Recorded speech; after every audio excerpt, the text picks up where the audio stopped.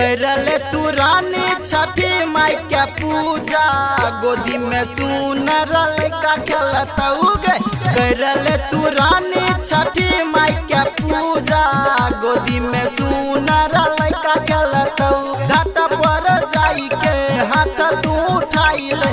घाट पर जाई के हाथ तू उठाइले। जिंदगी तोहर बड़ी मस्त खिलत। करले तू रानी छठी माई के पूजा। गोदी में सुनर लड़का खेलत उगे। करले तू रानी छठी माई के पूजा।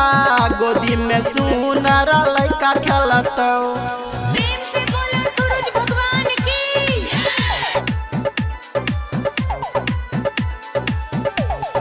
डीजे लाल बाबू राजा, डीजे लाल बाबू राजा, डीजे लाल बाबू राजा।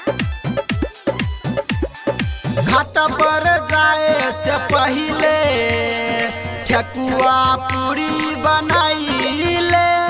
छठी मैया के दौरा अपना माथा उठाइले। अपना माथा उठाइले। अपना माथा उठाइले।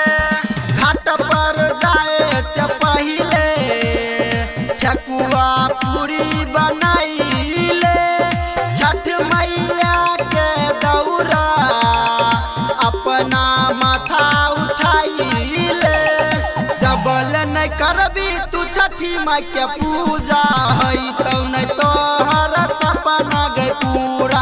जबल न करबी तू छठी माई के पूजा हई तो न तोहर सपना गए पूरा।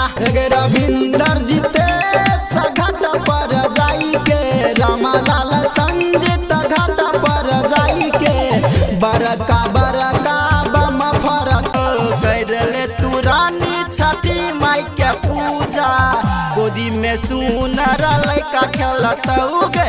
करले तू रानी छठी माई के पूजा।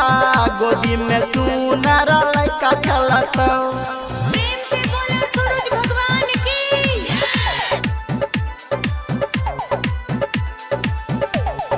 डीजे लाल बाबू राजा, डीजे लाल बाबू राजा, डीजे लाल बाबू राजा। घाट पर बाज डीजे सब केहू नाच लागे। छठ मैया के पूजा जग में सुहाना लागे। जग में सुहाना लागे। जग में सुहाना लागे।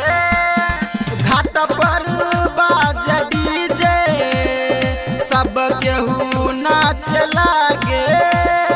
छठ मैया के पूजा जग में सुहाना लागे। जबल न बजतौ बरजसवा के गाना तबल न बबलू डांस करतौ गे। जबल न बजतौ बरजसवा के गाना तबल न हमारा सा डांस करतौ गे। हे गछियो रंग बाजा छौराई के छौरा। छियो रंग बाजा पताही के छौरा। घाटा पर जाई के खूब मस्ती करबौ। करले तू रानी छठी माई के पूजा। गोदी में सुनर लड़का खेलत उगे। करले तू रानी छठी माई के पूजा। गोदी में सुनर लड़का खेलत।